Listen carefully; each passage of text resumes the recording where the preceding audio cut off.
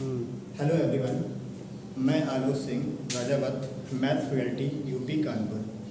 आज हम आपके सामने कंपाउंड इंटरेस्ट के चैप्टर को क्या करने जा रहे हैं, डिस्कस करने जा रहे हैं, जिसमें मैं आपको सारी ट्रिक्स के बारे में बताऊंगा और साथ में इसका बेसिक भी बताऊंगा। ठीक है, तो बेटा हम लोग बात करते हैं। सबसे पहले किसी भी चैप्टर को अगर पढ़ना है तो हमें उसकी डिफिनीशन पता होनी चाहिए, चैप्टर आखिर है क्या। तो अगर चक्रवृद्धि ब्याज के बारे में पढ़ें, कंपाउंड इंटरेस्ट के बारे में पढ़ें, तो हम लोगों को क्या डेफिनेशन पता चलती है कि जब भी ब्याज पर क्या मिले, ब्याज मतलब जब भी इंटरेस्ट पर इंटरेस्ट मिलने लगता है उसको हम लोग क्या बोलते हैं, कंपाउंड इंटरेस्ट चक्रवृद्धि ब्याज बोलते हैं। ठीक है ना। अच्छा, इसका सबसे पहले एक बेसिक फॉर्मूला होता है जो अमाउंट निकालने का होता है, वो हम आपके सामने लिखते हैं, जो कि अपने पास होता है A=P 1 + R/100⁻n। क्या होता है, A=P 1 + R/100⁻n, जहाँ पर ए क्या है बेटा, अमाउंट। आप सभी लोग राइट डाउन कर लेना। ए क्या होता है, अमाउंट, जिसे हिंदी में क्या बोलते हैं, मूलधन बोलते हैं। पी क्या होता है, प्रिंसिपल वैल्यू, जिसे हिंदी में क्या बोलते हैं, मूलधन बोलते हैं। आर क्या होता है, रेट ऑफ परसेंट, ब्याज की दर होती है। और एन यहाँ पर समय देते हैं, एन क्या होता है हमारा, टाइम। ठीक है ना। अगर हम लोग चाहें तो इस बेसिक फॉर्मूले के द्वारा भी अपने क्वेश्चंस को क्या कर सकते हैं, सॉल्व कर सकते हैं, जो कि आपने 6th 7th 8th 9th 10th में पढ़ा होगा। ठीक है ना। अगर आपको CI निकालना है तो CI इतना हो जाएगा, अमाउंट में से प्रिंसिपल को क्या कर दें, माइनस कर दें, तो हमारे पास ये क्या निकल के आ जाता है, CI चक्रवृद्धि ब्याज निकल के आ जाता है। इतनी बात क्लियर हुई सभी को। अच्छा, आगे बढ़ते हैं। अगर हम लोग चाहें तो ये वाला जो चैप्टर होता है ये एक परसेंटेज का ही पार्ट होता है। ठीक है ना। तो जब हम आपसे परसेंटेज का डिस्कशन करेंगे तो वहाँ पर सारी बातचीत होगी, मगर हम बेसिक बात बताएंगे परसेंटेज को कैसे हम लोग CI में बदलते हैं। मतलब कभी भी परसेंटेज को अगर हमें CI में बदलना है तो किस कॉन्सेप्ट के माध्यम से CI में बदलते हैं। अच्छा, CI बेटा हमसे पूछा कितने साल का जाएगा, या तो 2 साल का, या तो 3 साल का, या तो 4 साल का पूछा जाएगा। तो हम लोग बात करते हैं, सबसे पहले हम लोग परसेंटेज मेथड को डिस्कस करेंगे, फिर आगे इसके और जो भी मेथड है एक एक करके हम लोग डिस्कस करते हुए चलेंगे। ठीक है ना। तो हम एक छोटा सा क्वेश्चन लेते हैं कि प्रिंसिपल वैल्यू बेटा हमारे पास 100 है, रेट ऑफ परसेंट बेटा हमारे पास में कितना है, 10% है, और टाइम बेटा हमारे पास में कितना है, 2 साल। कितना है, 2 साल। अच्छा, अब इस वाले क्वेश्चन को हमको किसके माध्यम से सॉल्व करना है, करने के लिए हम लोग इसको फॉर्मूले के द्वारा भी कर सकते हैं, मगर हम लोग इसमें परसेंटेज को फ्रैक्शन में बदल करके क्या करेंगे, सॉल्व करेंगे। आओ सॉल्व करते हैं बेटा। 10% का अगर फ्रैक्शन देखा जाए तो कितना होता है, 1/10। 10% का फ्रैक्शन अगर देखा जाए तो कितना होता है, 1/10। अच्छा, डिनोमिनेटर की जो वैल्यू होती है उसको हम लोग क्या बोलते हैं, प्रारंभिक मान बोलते हैं। न्यूमरेटर का जो मान होता है उसको हम लोग क्या बोलते हैं, बढ़ा हुआ मान बोलते हैं। इंक्रीज के केस में इंक्रीज बोलते हैं और डिक्रीज के केस में क्या बोलते हैं, डिक्रीज बोलते हैं। तो अगर हम लोग कहें कि 10 रुपये से हमारे 1 रुपये बढ़ गया तो कितना हो गया, 11। 10 रुपये से 1 रुपये बढ़ गया, कितना हो गया हमारे पास, 11। अच्छा, जो बेटा परसेंटेज होता है वो कितने साल की बात करता है, 1 साल की। परसेंटेज कितने साल की बात करता है, 1 साल की। अगर परसेंटेज को हमें किस में बदलना है, CI में बदलना है, तो हमारे पास में जैसे कि 2 साल की बात की जाए तो परसेंटेज को CI में बदलने के लिए अगर 2 साल में बदलना है तो उसकी पावर 2 कर दो। क्या कर दो, पावर 2। अगर 2 साल में बदलना है तो पावर 2 कर दो, 3 साल में बदलना है तो पावर 3 कर दो, 4 साल में बदलना है तो पावर 4 कर दो, 5 साल में बदलना है तो पावर 5 कर दो। मगर मैक्सिमम क्वेश्चन अगर बेटा हम लोग बात करें तो हमसे 4 साल के ही पूछे जाते हैं। रेयर केस में ही कभी 5 साल का क्वेश्चन आपसे क्या होगा, पूछा जाएगा। ठीक है ना। क्योंकि 5 साल में अगर पहुँचते हैं तो कैलकुलेशन ज़्यादा ही हार्ड हो जाती है, तो हम लोग से ज़्यादातर जो क्वेश्चन पूछने के चांस होंगे कितने साल के होंगे, 4 साल के। तो बेटा 2 साल का पूछेगा तो पावर कितनी करेंगे, 2। 3 साल का पूछेगा तो पावर कितनी करेंगे, 3। 4 साल का पूछेगा तो इसी की पावर कितनी चढ़ा देंगे, 4। तो बेटा 10 की पावर 2 कितना हुआ, 100, और 11 की पावर 2 कितना हुआ, 121।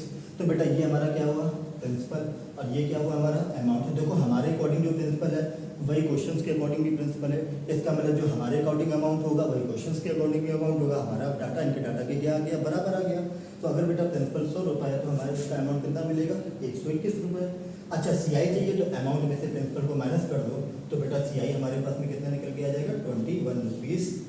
ठीक है, ये बात हो गई परसेंटेज मेथड के अकॉर्डिंग। अगर हमको कभी भी क्वेश्चन सॉल्व करना है तो हम इस तरीके से क्या कर सकते हैं, सॉल्व। अब रेट चाहे आपको कुछ भी दे रखा हो, 10% हो, 5% हो, या कोई भी रेट फ्रैक्शन में दे रखा हो, मतलब किसी भी प्रकार का आपको रेट दिया जाए, आप इसके माध्यम से क्वेश्चन को क्या कर सकते हो, सॉल्व कर सकते हो। बात क्लियर है। केवल आपका काम क्या होगा, 2 साल की बात है तो पावर 2, 3 साल की बात है तो पावर 3, 4 साल की बात है तो पावर 4। क्लियर, कोई कन्फ्यूजन, कोई परेशानी इस वाले कॉन्सेप्ट पर। ठीक है ना। अच्छा, हम लोग इस वाले मेथड से क्वेश्चन बेटा सॉल्व नहीं करते हैं, इसके पीछे का कारण क्या है मान लेते हैं, और कारण देखते हैं कि इससे हम लोग जल्दी क्वेश्चन सॉल्व नहीं करते हैं, करने के लिए कर सकते हैं, कोई इशू नहीं है। अब देखो आगे की बात करते हैं, मान लेते हैं कोई ऐसा रेट दे दिया जाए जिसमें प्रिंसिपल कितना हो 50, अमाउंट कितना हो 54। मान लेते हैं जैसे यहाँ 10 और 11 आया था, टाइम 2 साल था तो आपने पावर 2 कर दी, ठीक है ना। अब ऐसा कोई क्वेश्चन दे दिया जाए जिसमें प्रिंसिपल कितना बन जाए, फ्रैक्शन करने पर 50 और अमाउंट कितना बन जाए 54, या फिर और भी कुछ हो सकता है, मान लो कितना बन जाए 53 बन जाए, ठीक है ना। तो बेटा यहाँ पर कितना है बेटा हमारे पास, और टाइम आपको दे दे 4 साल का, कितने साल का टाइम दे दे आपको 4 साल का। इसका मतलब है कि आपको इसकी पावर क्या करनी होगी 4 करनी होगी, इसकी पावर कितनी करनी होगी 4। बात समझ में। अच्छा जब पावर 4 करोगे आप इसकी तो 50 की पावर 4 करने में तो आपको कोई दिक्कत नहीं आएगी, मगर 53 की पावर क्या 4 आप जल्दी से निकाल सकते हो, नहीं निकाल सकते हो। और एग्जामिनर तो ऐसा क्वेश्चन पूछ भी सकता है, बिल्कुल पूछ सकता है, अगर उसका मूड होगा तो पूछ देगा।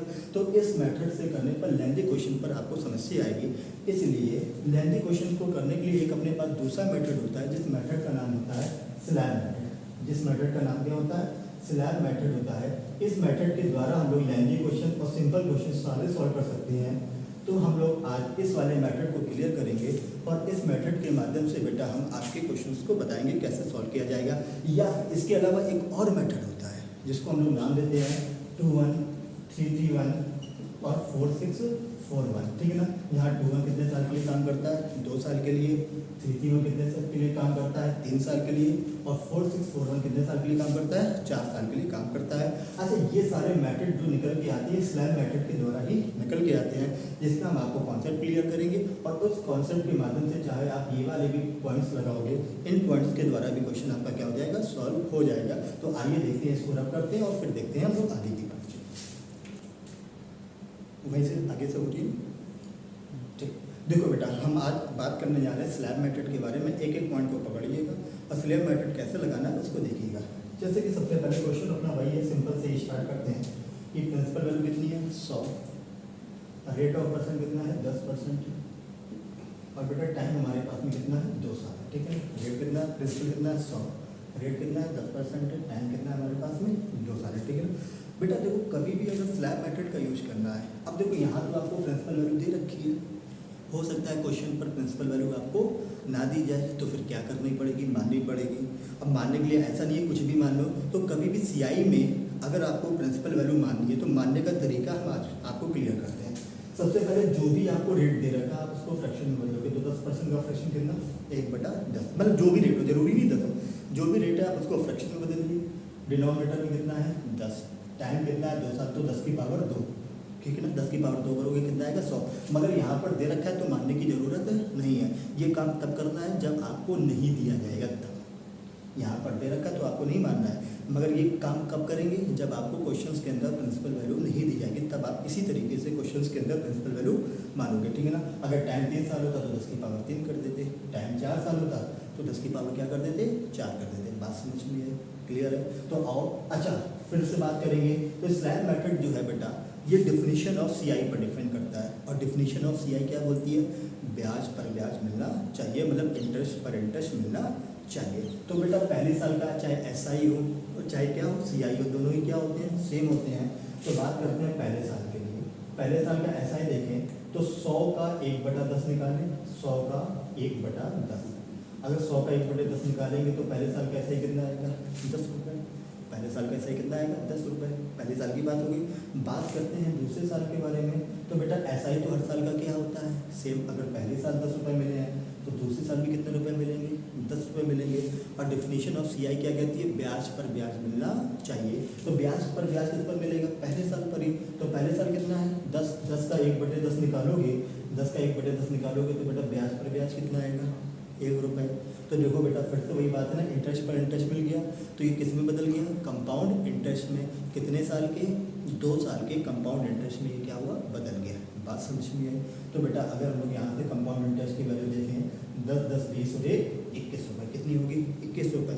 और इसी स्टैंडर्ड क्वेश्चंस के माध्यम से, मतलब ये मेथड है, इसी स्टैंडर्ड क्वेश्चंस के माध्यम से 2 साल के लिए आप 2-1 वाला मेथड भी क्या कर सकते हो यूज कर सकते हो। जब हम आपको पूरी क्लास कराएंगे तो वहाँ पर हम आपको क्लियर करेंगे 2-1 वाले मेथड के द्वारा कैसे सॉल्व करोगे। क्लियर, कोई समस्या यहाँ तक। अच्छा इसी पर थोड़ी और बात करते हैं। ये क्या होता है बेटा अपना एसआई, ये क्या होता है एसआई और सीआई के बीच का डिफरेंस। ये क्या होता है? SI और CI के बीच का डिफरेंस। बात क्लियर है?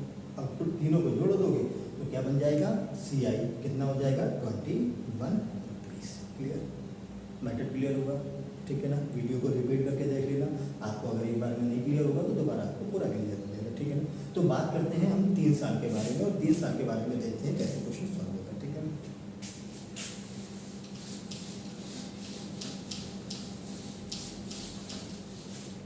चलिए आते हैं बेटा 3 साल के मेथड पर।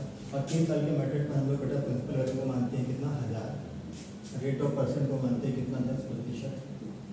और टाइम को लेते हैं 3 साल। ठीक है ना? फिर से वही बात है, यहाँ पर प्रिंसिपल आपको दे रखा है, नहीं दिया जाएगा तो क्या करना पड़ता? मानना पड़ता। और मानने का तरीका हमने आपको समझा रखा है। क्या समझा रखा है? कि रेट को फ्रैक्शन में बदलोगे तो 10% का फ्रैक्शन कितना होता है? 1/10। टाइम कितना है? 3 साल। तो 10 की पावर 3 करोगे तो प्रिंसिपल कितना आ जाता है? 1000 होता है। मगर यहाँ पर मानने की जरूरत नहीं है क्योंकि ऑलरेडी दे रखा है पहले से। ठीक है ना बेटा? अच्छा फिर से आ जाओ। पहले साल का ऐसा ही है, CI क्या होता है? सेम। तो 1000 का 1/10 निकालेंगे कितना आएगा? 100। 1000 का 1/10 निकालेंगे कितना आएगा? 100। अच्छा दूसरे साल की बात करेंगे तो 2 साल का मैटर तो हमने आपको क्लियर ही कर दिया है। अगर पहले साल 100 मिले तो दूसरे साल में कितना मिलेंगे? 100 रुपये। और डिफिनीशन ऑफ CI क्या कहती है? ब्याज पर ब्याज मिलना चाहिए। तो 100 का 1/10 कितना होगा? 10। 100 का 1/10 कितना होगा? 10। बात क्लियर है? तो बेटा ब्याज पर ब्याज आ गया। तो ये कितने साल में बदल गया? 2 साल में। मगर बात कितने साल की करनी है हमको? 3 साल की करनी है, और तीसरे साल को देखते हैं। अच्छा फिर से ये बात है, ऐसा ही हर साल का सेम होगा। तो 100 इसमें मिले, 100 इसमें मिले तो 100 इसमें भी मिलेंगे। मगर जितना भी ये ऊपर वाला ब्याज है इस पर दोबारा से ब्याज मिलना चाहिए। तो बेटा इस 100 का 1/10 निकालोगे तो कितना आएगा?